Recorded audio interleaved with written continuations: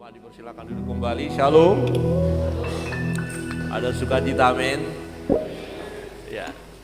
Pada pagi hari ini kita bersyukur ya, sebagaimana pembacaan firman Tuhan tadi dari kitab Yoel, satu nubuatan tentang hari Tuhan. Hari Tuhan itu bukan hari sukacita ya, tetapi hari di mana ada penghukuman ya. Nah, orang ingin tahu ya kapan peristiwa itu terjadi. Banyak orang ingin tahu sehingga banyak yang salah dan mencoba mencari tanggal dan waktunya, karena firman itu berkata hari Tuhan sudah dekat. Hari Tuhan seringkali juga diidentifikasi dengan anak manusia yang akan datang itu, yaitu kedatangan Yesus kedua kali. Anak manusia akan segera datang. Ini keyakinan kita, ini iman kita. Ya. Di dalam Matius pasal 24 ayat 44 kita baca bersama-sama Bapak Ibu. 1, 2, 3. Sebab itu hendaklah kamu juga siap sedia, karena anak manusia datang pada saat yang tidak kamu duga. Dia pasti datang. Dan yang menarik, kebenaran firman ini berkata kita tidak duga-duga kedatangan itu. Kita nggak bisa mengatur waktunya. Nanti kita persiapan ya, 2 hari lagi dia akan datang. Tidak bisa. Tak seorang pun yang tahu. Nah, oleh karena itu dikatakan sebab itu hendaklah kamu juga siap sedia. Jangan lengah. Ya. Karena anak manusia datang pada saat yang tidak kamu duga. Nah, menjadi pertanyaan bagi kita adalah apa yang harus kita lakukan ya sebagai tindakan kita yang bersiap sedia ini. Apa yang harus kita buat? Ya. Nah, kebenaran firman Tuhan jelas sekali di dalam Matius pasal 24 kalau kita belajar bersama. Itu berbicara tentang bagaimana dia akan datang, Yesus akan datang dan ternyata dia memberikan tanda ya. Untuk itu kita harus memperhatikan tanda-tanda yang telah Allah nyatakan. Tuhan tidak berbicara waktu, tanggal, bulan, tahun, tidak. Tapi dia beritahukan tanda. Jadi murid-murid bertanya kepada Yesus, kapan kedatangan anak manusia? Dan apa tandanya? Kapan kedatangan anak manusia? Kapan Yesus datang kedua kali? Kapan hari Tuhan itu akan terjadi?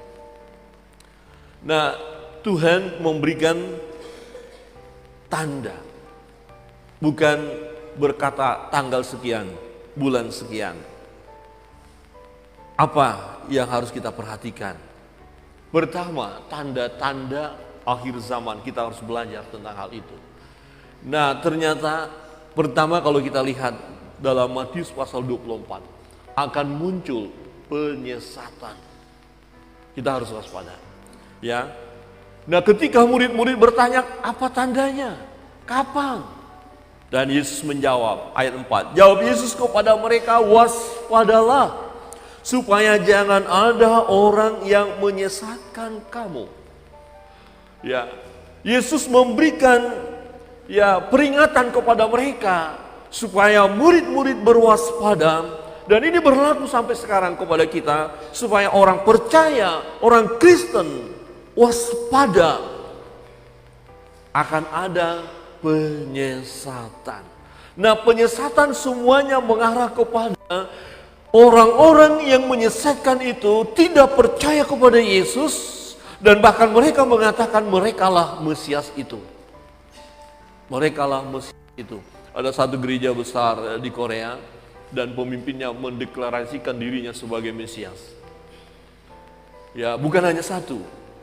Ya, ternyata peristiwa ini berulang-ulang terjadi. Ada orang mengaku dia sebagai Mesias.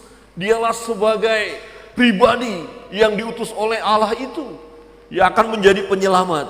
Jadi penyesatan itu adalah titik utamanya adalah mereka mengaku Mesias. Dengan kata lain, tidak percaya pada Yesus yang saat ini kita sembah. Mereka akan mengajarkan, mulai membawa kita kepada perjalanan yang tidak sesuai dengan apa yang diperintahkan oleh Yesus. Di ayat 5 berkata begini, sebab banyak orang akan datang dengan memakai namaku dan berkata, akulah Mesias. Dan mereka akan menyesatkan banyak orang. Apakah peristiwa ini sudah terjadi? Sudah. Sudah ada orang yang mengatakan dialah Mesias. Berarti tanda-tanda itu sudah nyata. Berarti hari Tuhan itu sudah dekat. Berarti kedatangan Yesus sudah dekat. Jadi jangan kita ragukan firman Allah. Di ayat 11 berkata, banyak nabi palsu akan muncul dan menyesatkan banyak orang. Hati-hati, pengajar-pengajar palsu, pengajar-pengajar yang menyesatkan, nabi-nabi palsu sekarang sedang bergerak karena waktunya sudah singkat. Pengajar-pengajar palsu ini dikuasai oleh kuasa kegelapan. Ya, dikuasai oleh kuasa kegelapan. Ingat, yang semua inti ajarannya nanti adalah tidak percaya kepada Yesus. Maka nanti garis akhir, ya, muncullah dia yang namanya antikristus itu. Nah sekarang baru roh antikristus. Nah jadi yang menguasai nabi-nabi palsu, yang menguasai pengajar-pengajar palsu yang menyesatkan, mereka dikuasai roh antikristus. Roh ini menolak Yesus sebagai Tuhan. Yesus bukan Allah, Yesus manusia biasa. Ya itu ajaran inti mereka. Jadi kemudian akan ada banyak orang mulai ragu. Apalagi sedang diperhadapkan dengan persoalan dalam hidupnya, pergumulan dalam hidupnya. Kemudian dia berdoa kepada Tuhan di dalam nama Yesus. Tapi karena belum kunjung tiba jawabannya, hati-hati. Ini kesempatan nabi-nabi palsu masuk, pengajar penyesat masuk, dan mulai menggoncangkan iman. Kita bertanya, apakah ada orang yang tergoncang imannya karena nabi-nabi palsu, karena pengajar-pengajar sesat? Ada. Ada. Dan sangat ada. Oh, jangan kita berkata, kalau begitu, biarkan mereka, saya tidak, nanti dulu. Manakala kita tidak memiliki pengenalan yang benar kepada Yesus Kristus yang adalah Tuhan kita, kalau hanya sekedar ikut-ikutan jadi orang Kristen, sekedar ikut-ikutan saja menjadi orang percaya, tapi tidak memiliki keyakinan yang sungguh dan pengenalan yang sungguh akan Yesus, dia akan tergoncang. Oh, jangan kita berkata tidak. Orang-orang yang sudah belajar kitab suci, yang sekolah teologi pun, faktanya mereka tidak percaya lagi Yesus. Bahkan ada yang berkata ada banyak jalan menuju keselamatan, hanya caranya beda-beda aja. Ya, mulai terjadi. Ada yang gak percaya Allah Bapa, Anak dan Roh Kudus, apa itu? Gak ngerti itu. Maka kita perlu belajar firman Allah. Kalau saudara belajar firman Tuhan, ketika ada nabi-nabi lain yang bercerita tentang sesuatu yang tidak sesuai dengan firman Allah, tidak sesuai dengan firman Allah, kita harus tolak. Dan ternyata rahasianya adalah ini yang diubah-ubah. Ada banyak Alkitab yang tidak sesuai lagi dengan firman Allah. Misalnya, ya, LGBT, mereka melihat itu bukan dosa. Ada kitab suci mereka tersendiri.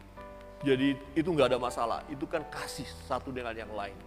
Mereka salah tafsir, wah mengerikan itu. Ya ada ajaran lain juga yang berkata, ya dalam keluarga suami boleh punya banyak istri. Setuju bapak-bapak? Gak ada jawabannya, dalam hati nggak tahu ya. Ya Ibu Gembala terkasih nggak bisa. Ya.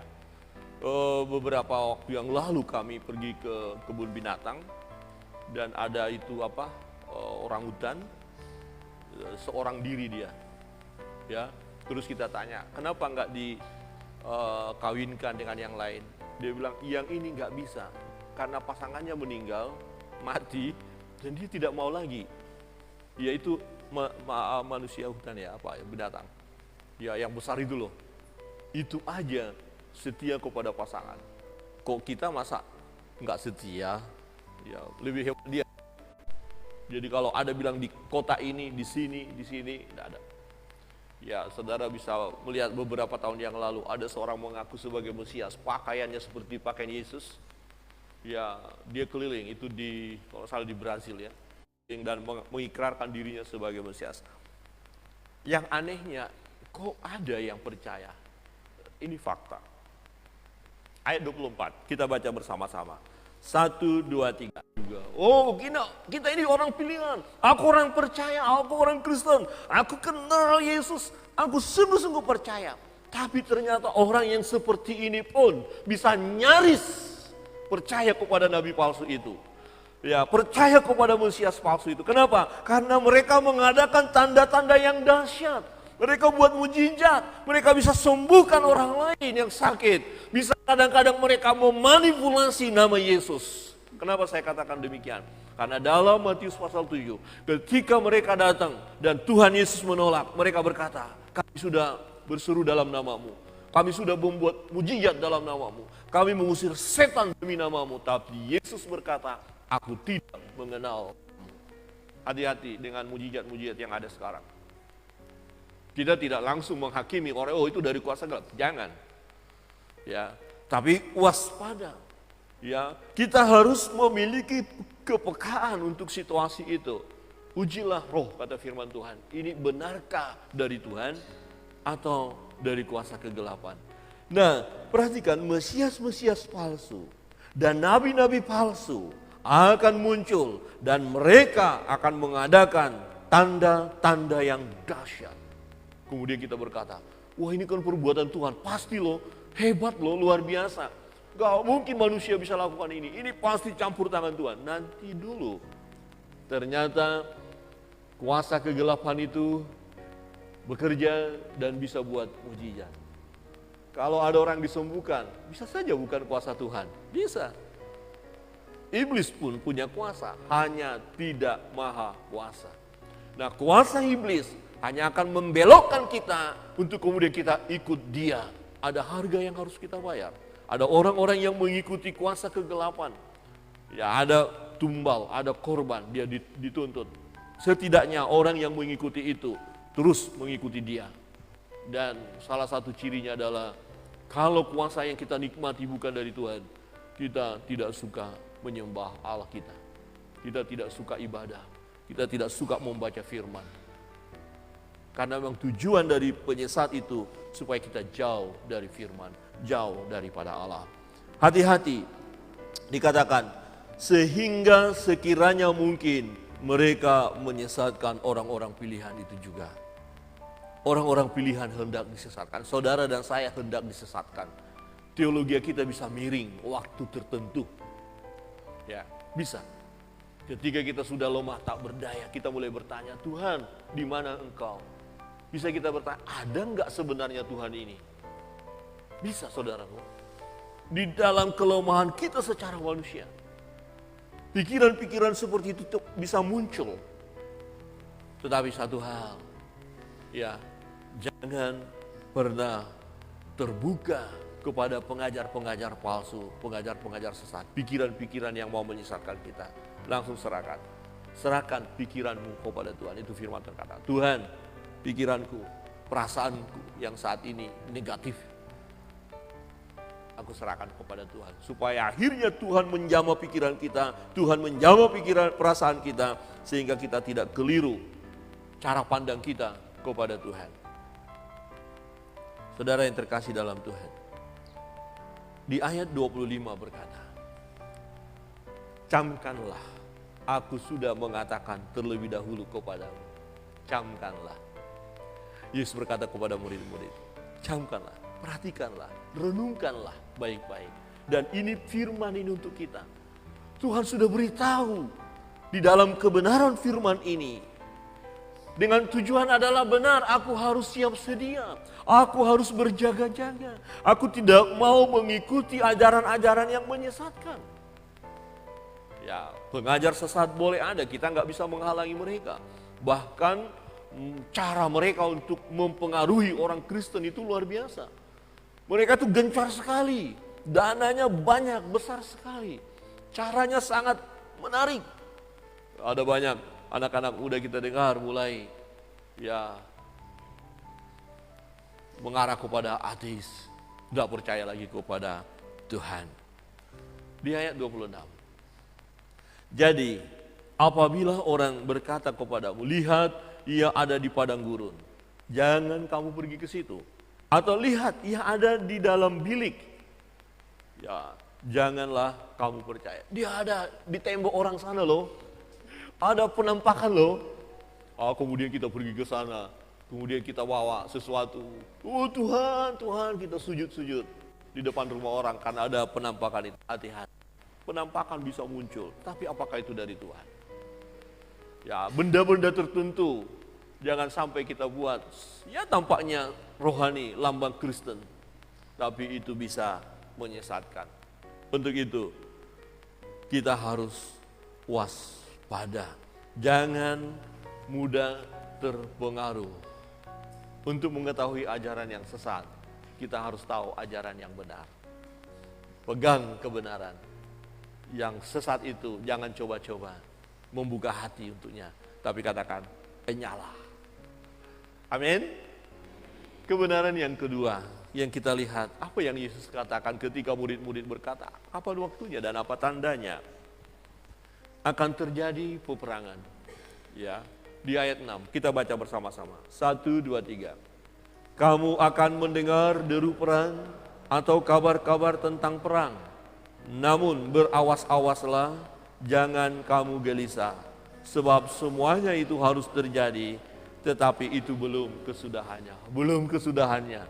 Ada orang memprediksi dulu, Rusia dengan ini, mulai ini kayaknya perang dunia ketiga ini selesai. Belum, itu baru uji coba.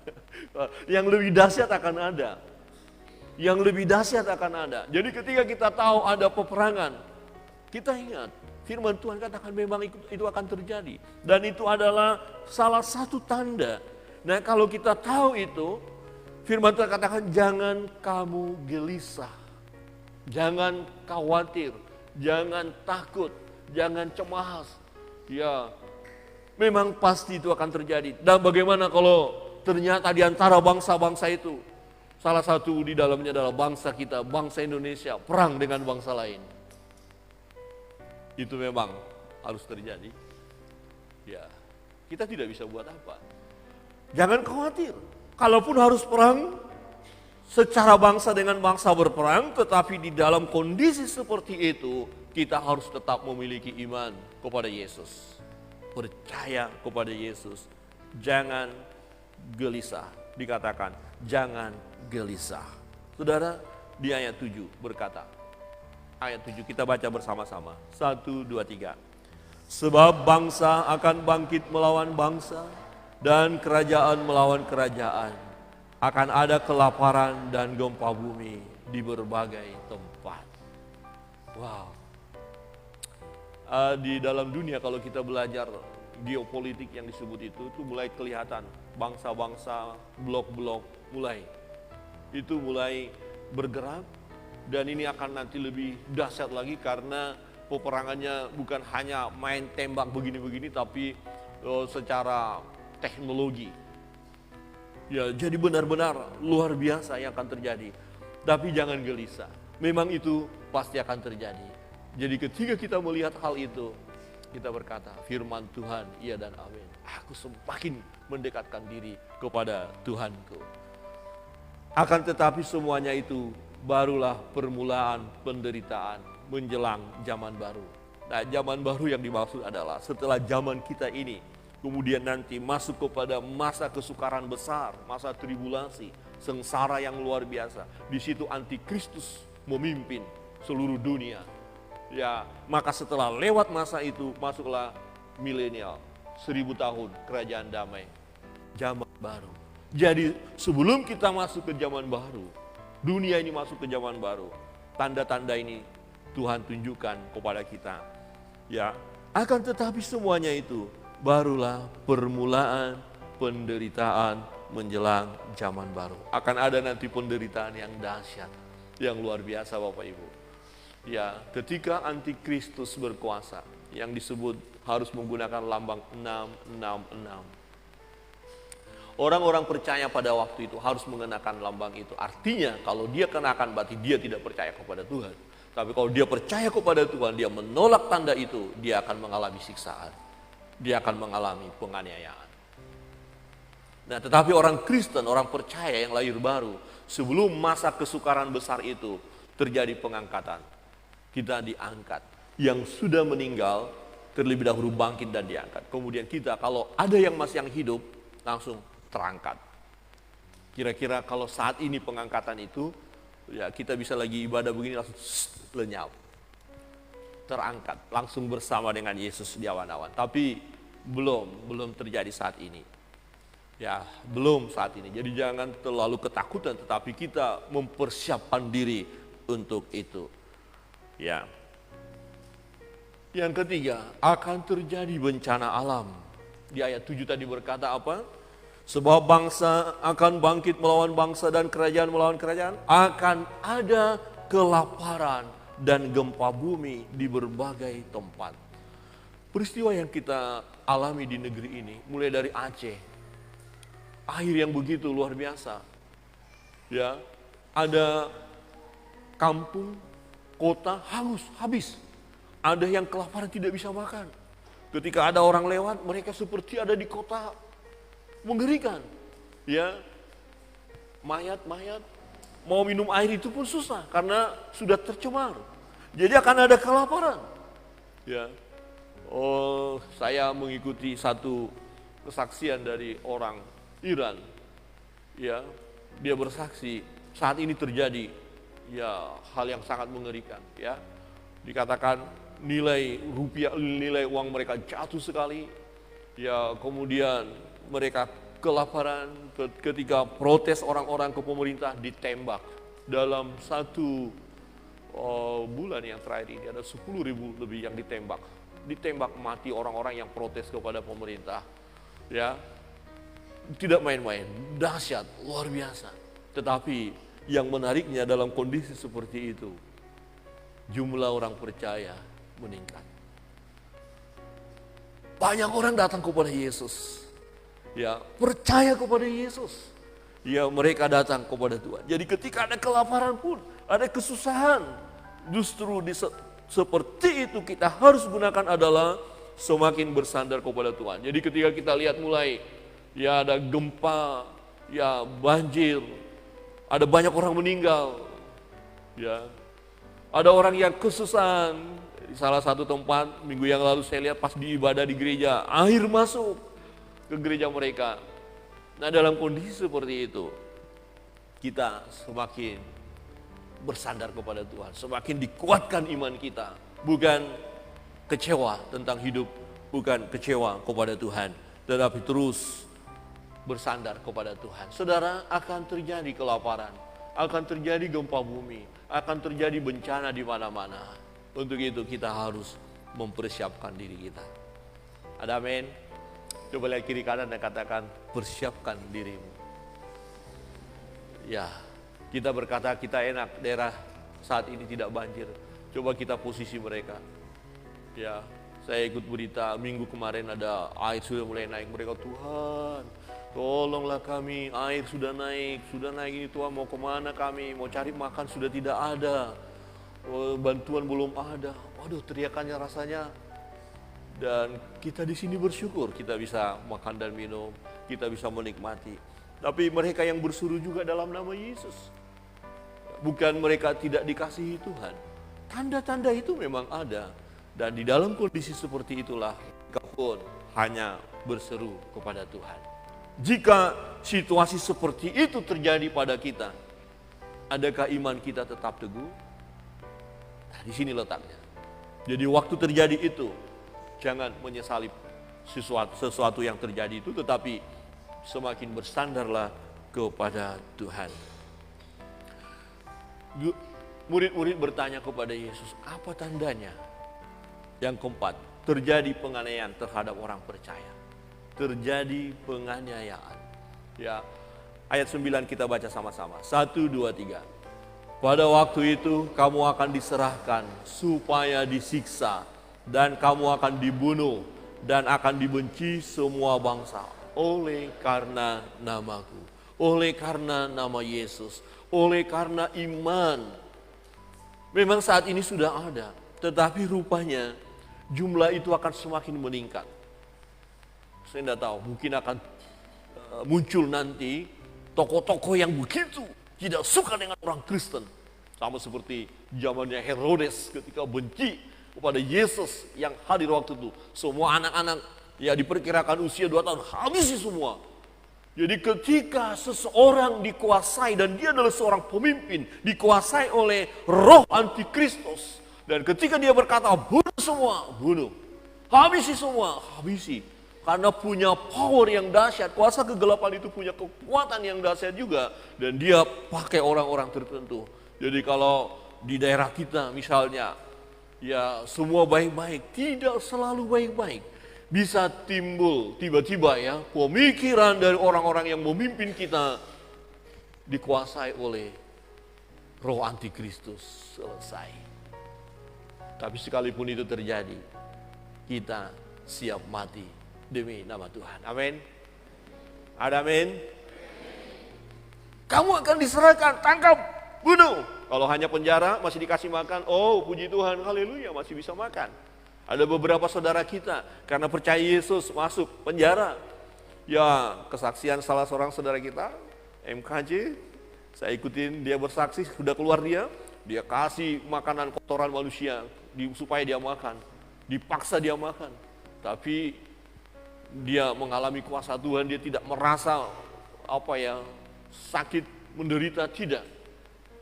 Ya, tetapi satu hal dia pertahankan imannya. Ya, di daerah lain, di tempat-tempat lain, di negara lain, selesai, dibunuh, hilang. Apakah Tuhan tidak mengasihi orang percaya? Mengasihi. Tapi jikalaupun oleh karena nama Tuhan kita kehilangan nyawa kita akan mendapatkan kembali. Itu firman Tuhan katakan, amin. Jadi persiapkan diri untuk menghadapi ya siksaan oleh karena mempertahankan iman. Persiapkan diri untuk itu. Coba lihat kiri kanan dan katakan, persiapkan dirimu. Untuk apa? Katakan untuk disiksa. Siap untuk disiksa? Aduh, kadang-kadang jangankan untuk disiksa. Kadang-kadang ya kita ini sangat lemah sekali ya. Iman kita sangat lemah. Hanya karena masalah pergumulan kita, permintaan kita kepada Tuhan, belum Tuhan kabulkan, kita sudah ngambek. Kita sudah rasanya mau menyerah. Tetapi percayalah, ya, hari demi hari kita dibaharui, dikuatkan iman kita. Sehingga jika tiba waktunya harus mengalami itu, kita tidak akan ingkar. Tetapi ternyata Bapak Ibu, firman Tuhan menjelaskan dan sudah buktinya terjadi. Ada orang yang gak kuat, ada orang yang akhirnya meninggalkan Yesus. Tanda yang kelima, meningkatnya jumlah orang yang meninggalkan Yesus. Dan kejahatan semakin meningkat. Wah, sedih rasanya ya. Dulu orang itu loh, pengkhotbah. Oh, sekarang tinggalkan Yesus. Dulu pemimpin pujian yang hebat. Sekarang tinggalkan Yesus. Dulu pemain musik Kristen hebat. Oh, tinggalkan Yesus. Dulu pelayan Tuhan yang aktif, pengurus gereja. Loh, kok sekarang tinggalkan Yesus? Dulu sebagai jemaat yang setia, nggak pernah absen. Kasihnya luar biasa, kok tinggalkan Yesus? Ayat 10 kita baca sama-sama. 1, 2, 3. Dan banyak orang akan murtad, dan mereka akan saling menyerahkan dan saling membenci.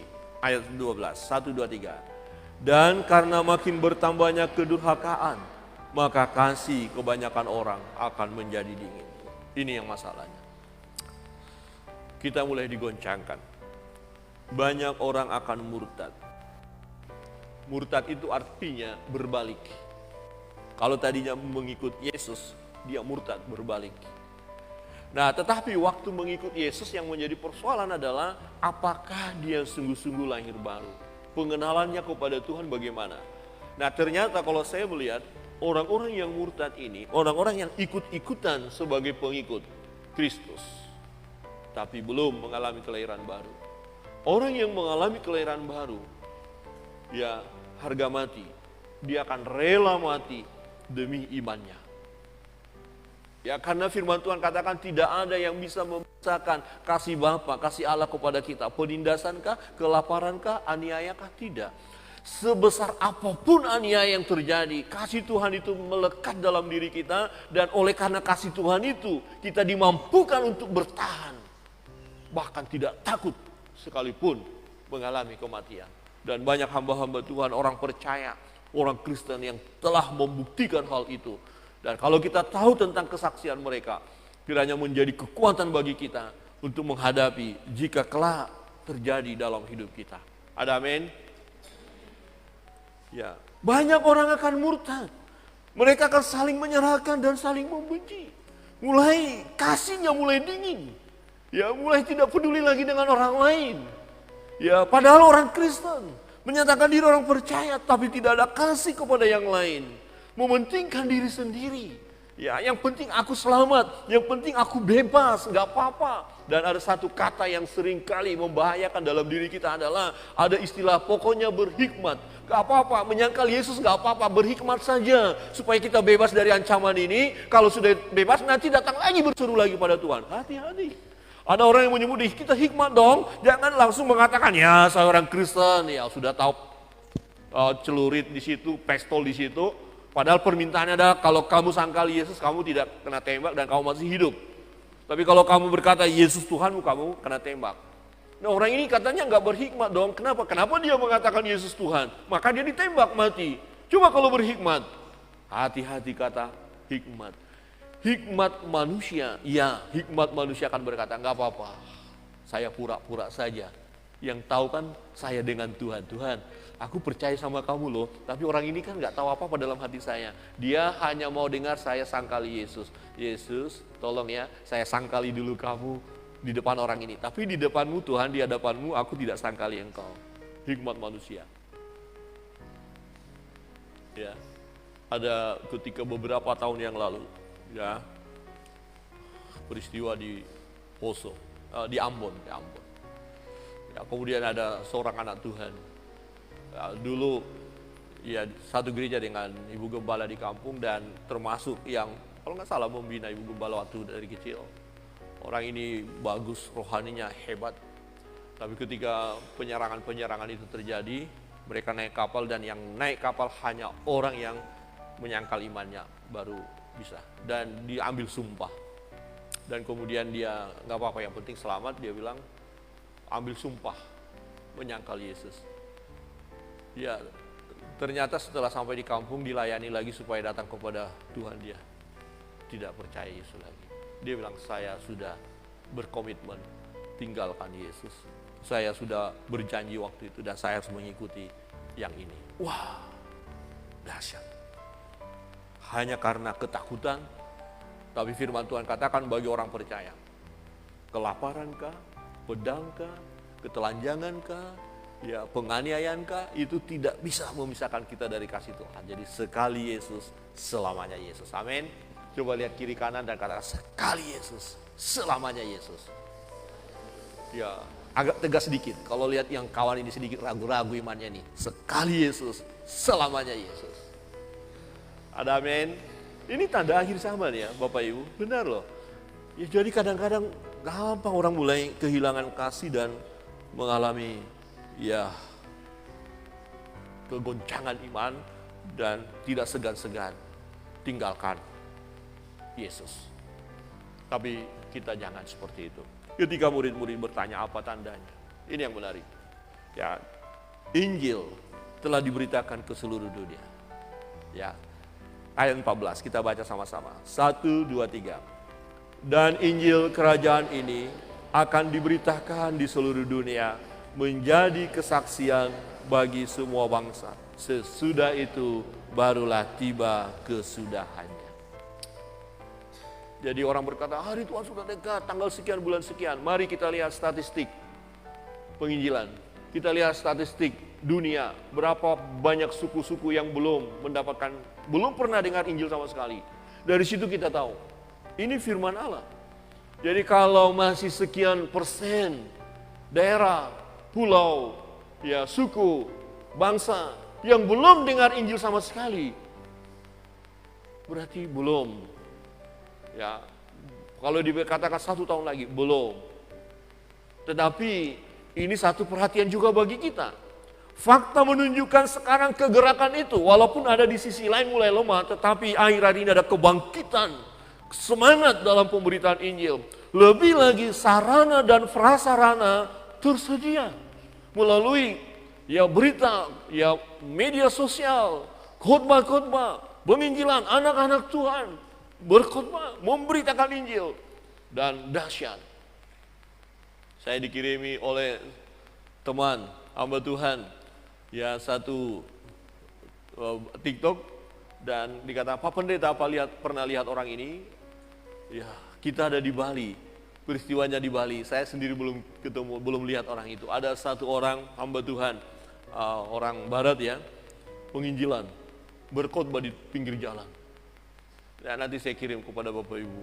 Dia teriak pokoknya berteriak, berkhotbah, melayani Tuhan. Dan ada orang-orang lewat, dilihat. Dia beritakan. Dia bersaksi. Dan kegerakan ini terus menerus.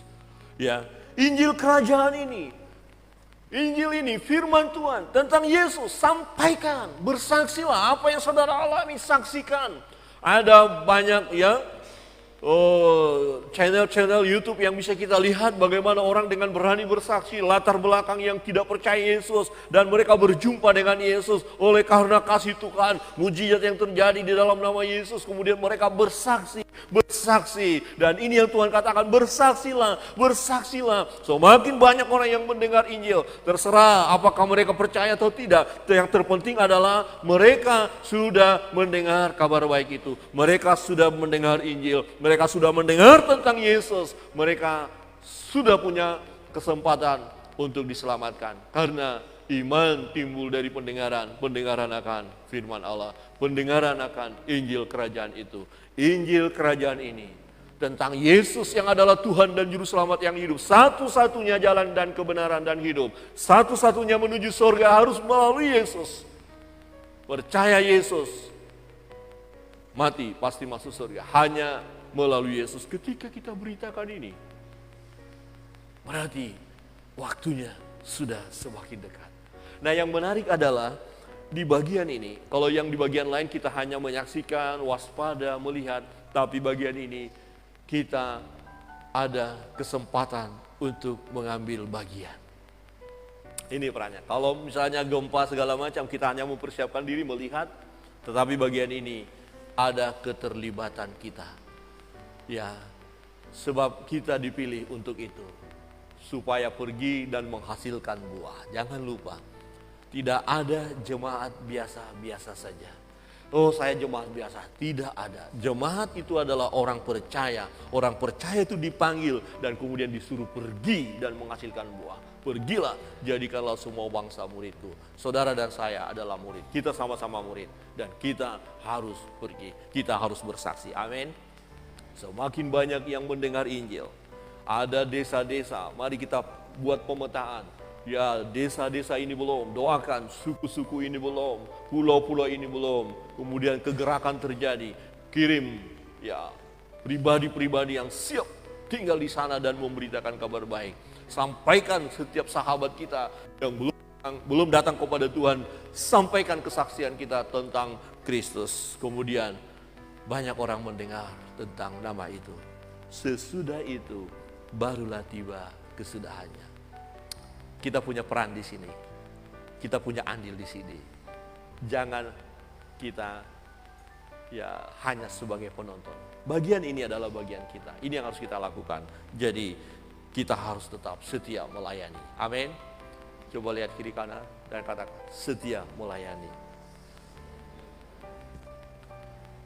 Yang ketujuh, ada tanda anak manusia di langit. Nah, ada orang mulai awan dibuat begini, wah sudah dekat, sudah datang. Nanti dulu ya. Lihat ayat 30, kita baca bersama-sama. 1, 2, 3.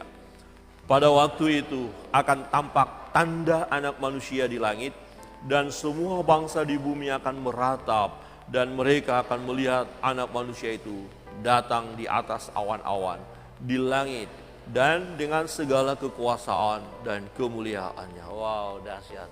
Ini seperti pasukan, pemimpinnya dengan kemegahan yang luar biasa. Ada malaikat-malaikat datang turun. Ada di awan-awan. Sebelum turun masih di awan-awan. Untuk kemudian nanti kita diangkat ya. Kemudian kita lihat ayat 31. Ya, 1, 2, 3. Dan ia akan menyuruh keluar malaikat-malaikatnya dengan meniup sangkakala yang dahsyat bunyinya, dan mereka akan mengumpulkan orang-orang pilihannya dari keempat penjuru bumi, dari ujung langit yang satu ke ujung langit yang lain. Akan datang. Akan datang. Ya, orang-orang akan datang, banyak berbondong-bondong datang kepada Tuhan. Tetapi saudara, ada tanda yang ke-8. Tanda yang ke-9 kita nantikan, dia pasti akan datang. Nah, tanda yang ke-8, ada damai secara duniawi. Ya, ayat 37, kita baca bersama-sama. 1, 2, 3. Sebab sebagaimana halnya pada zaman Nuh, demikian pula halnya kelak pada kedatangan Anak Manusia. 38, 1, 2, 3. Sebab sebagaimana mereka pada zaman sebelum air bah itu makan dan minum, kawin dan mengawinkan, sampai kepada hari Nuh masuk ke dalam bahtera, dan mereka tidak tahu akan sesuatu sebelum air bah itu datang dan melenyapkan mereka semua. Demikian pula lah halnya kelak pada kedatangan Anak Manusia. Saudara, waspada dengan pengajaran damai, damai, makmur, makmur, bahagia, semua tenang. Dan nanti arahnya, orang-orang akan berbondong-bondong secara dunia ingin damai. Ya, negara-negara sedang bergumul, mengusahakan damai secara dunia. Ya, damai secara ekonomi, semuanya sejahtera, makmur. Dan kemudian akhirnya manusia mulai menikmati kedamaian, kemakmuran secara duniawi. Tetapi mereka meninggalkan Tuhan. Dan ada banyak orang yang sudah ke arah sana. Tidak peduli dengan Tuhan, yang penting ada damai, ada tenang secara manusia, ekonominya bagus, kesehatannya bagus, teknologi mantap bisa membantu mereka. Semuanya akan tenang, oh tenang, tenang, semua tenang. Tetapi tiba-tiba seperti dikatakan masa Nuh, mereka yang lain makan dan minum, kawin mengawini semua, tapi kemudian air bah itu turun. Hanya yang percaya yang diselamatkan, yang tidak percaya selesai. Coba katakan kiri kanan, yang percaya diselamatkan. Ya, satu kali lagi, yang tak percaya selesai. Saudara percaya, amin? Ada amin? Mari kita berdoa.